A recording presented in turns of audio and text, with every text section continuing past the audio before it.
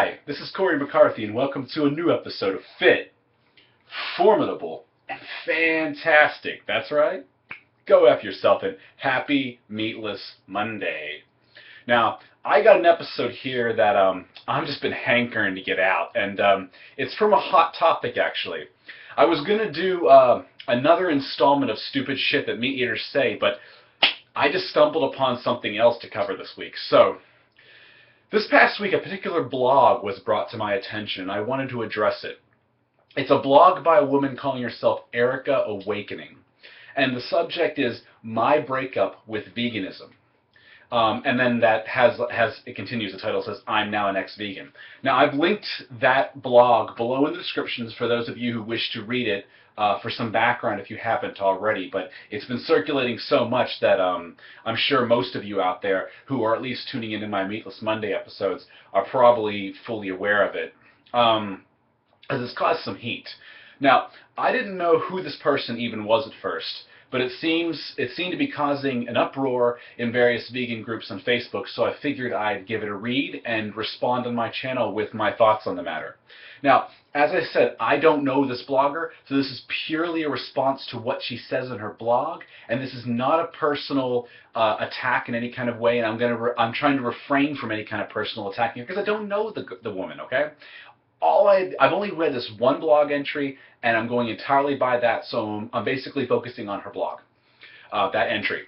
So I want to begin by saying that if she was able to quit veganism, then she was not fully invested in it. And I actually question her moral and ethical compass, to be perfectly honest with you, given that she was able to quit veganism. Now, that is a bit personal, I suppose, but to me, it's valid given the ethical stance of veganism. Now, I'm not hating, I'm just saying, that's purely my personal opinion. Now, let's move forward. She kicks off with basically saying that Gandhi could not sustain a vegan diet, and the Dalai Lama could not sustain a vegetarian diet, and most spiritual figures, and this I'm quoting here, have not even bothered to try. I used to be very hard on them about this, but now I've reconsidered and I owe them an apology. Okay, well, let me get my response to that bit right there. This is going to be a long video. I'm taking it piece by piece. So, first of all, who really cares what spiritual guru A, B, or C could or could not sustain? Perhaps they were doing it wrong. Perhaps they lacked willpower. They're only human, and despite the manner in which they are revered by others, especially their followers, they are only human. So, for instance, I follow the evidence-based advice of nutrition expert Alan Aragon, even though he eats meat. That doesn't mean I jump on the Omni bandwagon because I respect Alan's work and he's an Omni. No, I simply apply the science behind his advice to diet building. When I say advice, I mean calculations for protein, carbs, fats, calories, etc., not specific sources of those macros. So she's already off to a poor, illogical start. She's making a logical fallacy. But person X, Y, or Z couldn't do it, and they're highly regarded. You see this kind of logical fallacy often. People are appealing to some kind of an authority.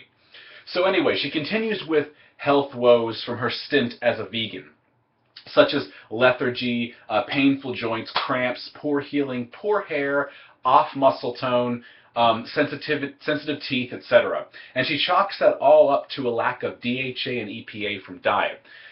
Since vegans can get omega-3s plus DHA and EPA, myself being one of them, this tells me she approached her diet and supplementation possibly haphazardly. So you can see, the thing is, you can obtain and buy EPA and DHA as a vegan. If you just want basic ALA omega-3s, try flax and chia seeds or their oils. But if you want EPA and DHA products, check out, like, for instance, the Diva brand, or Nordic Naturals, or even Spectrum, the latter of which I use. They make a EPA and DHA product for vegans. I believe it contains an algae. A sea algae, so that's where they derive the EPA DHA from. But anyway, I will link some of those products in the description of this video down below if you're interested in purchasing them, so you can go right to them and not make the same mistake she did. Of course, you can hit up my Amazon link in the description for a general search page, and you can see the myriad of options they offer, which exceed even what I'm just basically linking below. Anyhow, enough of that. I did an entire video crushing popular myths about the vegan diet, which I will also link in the description as well. So you might want to refer back to that. That way I'm not going to rehash a lot of the things I've already been over. So she continues with, and this is in quotes here, "A few weeks before I ended my vegan diet, a man dropped dead of a heart attack right in front of my apartment building on the street in San Francisco." End quotes. And then she draws a very, in my opinion, hippie, universe is giving me signs type conclusion, and continues with, "That it happened so close to me seemed like a message. I was in danger." End quotes. So she continues by admitting that veganism was originally a choice based on compassion. Conviction much? I'm just saying. You know, she goes into how she threw back some tuna and noticed that the fish felt good in her body. That to me sounds like she was lacking nutrients. And she seems to be admitting to it. And possibly, yes, good fats, and yes, EPA and DHA. But rewind from my previous comments about that, and you can see how she clearly was not approaching the plant-based diet intelligently. I repeat that.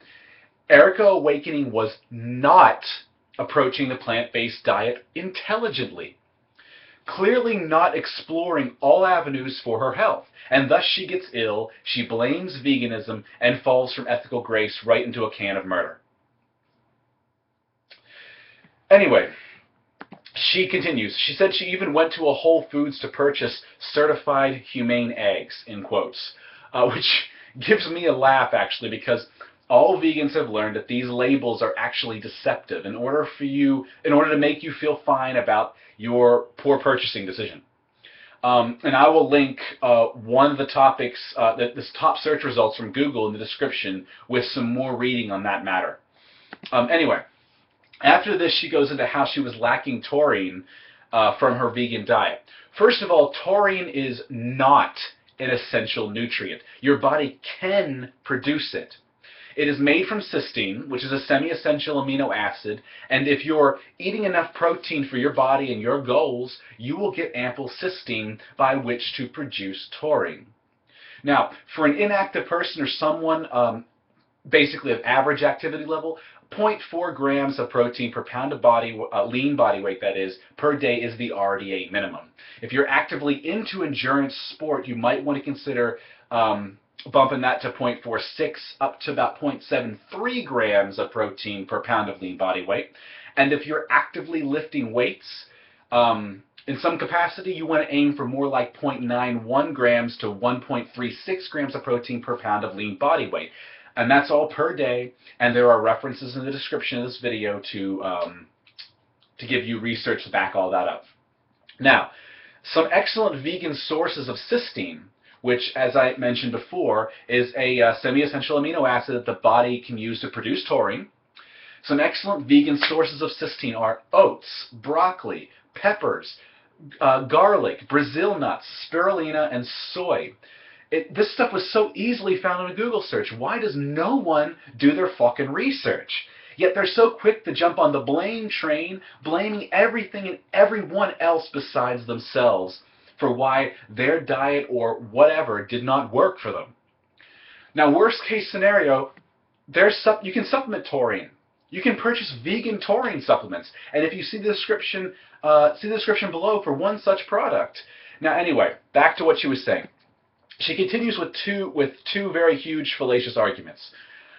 In quotes, "I started to feel pretty annoyed by the vegan propaganda that I had been believing for over a year." End quotes. And then, of course, the real gem, in quotes, "Because if you do the research, it is abundantly clear that it is not possible for most humans to get the nutrition they need on a strict vegan diet." End quotes. Oh, really, Erika? Well, you might want to let the American Dietetic Association know about that, because they publicly stated, and let me quote them now, "It is the position of the American Dietetic Association that appropriately planned vegetarian diets, including total vegetarian or vegan diets, are healthful, nutritionally adequate, and may provide health benefits in prevention and treatment of certain diseases. It continues. Well-planned vegetarian diets are appropriate for individuals during all stages of life cycle, including pregnancy, lactation, infancy, childhood, and adolescence, as well as athletes. End quotes. And anyone familiar with my channel's weekly content will find a plethora of evidence-based, not anecdote, but evidence-based resources for vegan health and nutrition, plus performance. I myself am a vegan bodybuilder and a martial artist who has not had meat since 2002. You can do the math and find that was 13 years ago. Now, the latter, of course, is anecdote. I know, that is anecdote, of course, but the videos I do are supported by research, and that isn't anecdote. So, just throwing that one out there. Now, after this, she goes into how vegans are always on about B12, but no one ever discusses vitamin A, D, or DHA fats. Really? Again, I have resources and past videos linked in the description covering all of those and more. There are really great vegan D3 supplements, actually, and I've linked some of those in the description, too, for people who are looking to purchase. Making it easy for you here. Now, back to it. She repeats, a vegan diet, and this is in quotes, a vegan diet certainly was not providing the nutrition that I needed. Or rather, Erica, you just weren't doing it right. Because I've been going over all of this already. You weren't approaching it healthfully. As I keep elaborating, the options are out there from whole foods too, not just supplements. But alas, she goes into the avenues she explored to help herself. So here's where it gets a bit juicy. She claims that she's tried eating raw, which I don't advertise for the very reasons of potential nutrient deficiencies. And you can see the video linked in the description for more information on that, a video on raw that I've done. She claims that she tried chia, flax, and their oils, which again is fine for ALA, as I had mentioned. But as I stated above, you also need to seek out DHA and EPA options, which again, I have linked products in the description that are for purchase. Furthermore, she claims that none of that worked. Well, first, clearly you didn't approach it, clearly your approach was very flawed, and second, how long did you actually try before drawing that conclusion of failure? How far gone were you health-wise from your previous approach? If it took you months to hit if it took you months to hit a wall and begin to sink, don't expect a relative overnight fix, basically. So, anyway, moving forward. Then she addresses the hypocrisy she encounters in vegan groups. Yes, hypocrites exist everywhere, Erica, but understand that veganism is about trying to do the least harm possible, the least harm. No one will be perfect. You can't be perfect, I can't be perfect, no one can be perfect. But it's about doing the least harm you possibly can, intentionally so. Hell, even the fucking protein powder that I consume, while it is vegan, it's manufactured in a facility that also manufactures dairy products. So you do the best that you can. You try to limit your impact. You intentionally try to limit your impact. Anyway, but idiots and hypocrites, they exist everywhere no matter what, in all circles, not just among vegans. That's a very weak reason to even drop, on any level, for why you left veganism. I know you said, and I don't like calling people dumb, that you don't think it's very respectful. Well, it may not be respectful, but it can be true. Some people just are fucking dumb. That's life. Fuck being PC, honestly. The truth isn't always kind, actually, so sometimes the truth is a real smack in the face. However, I do disagree with your statement that, in quotes, it was becoming increasingly clear to me that veganism does not really solve anything. Sure, one person may not be able to make a huge impact in the world. But see, that's where principle comes in, sticking to your guns, your beliefs, your convictions. However, one person, one there, one here, one everywhere, and the army eventually compounds, and there are a lot of us now, actually. A lot more than there were before. And one person can inspire others to make a change. So, one person can still have an impact. And if you check Google Trends, you can actually see the popularity of the search for veganism, even by region. You can see how it's growing. Furthermore, clearly we are making some kind of an impact. The dairy industry is losing profits and lashing out. You can see an article on that in the description as well. That was relatively recent. The UN has even issued a statement urging a global move to meat and dairy-free diets in order to save the world from impacts of climate change. So veganism does solve things, you know. So your statement, I don't agree with that. And yes, some vegans are aggressive. Some are holier than thou, as some would call it. Some do need to take a cue from the compassion book that they claim to follow. But this is not unique to veganism. You will find extremists everywhere. You'll find hypocrisy everywhere. You were into veganism for your own moral and ethical stance, correct? You claim so, and I quote you again, veganism was originally a choice based on compassion. Veganism was about the end of death. Now, those are personal reasons, and they're very deep. So why let the behavior of others persuade you? Have some conviction.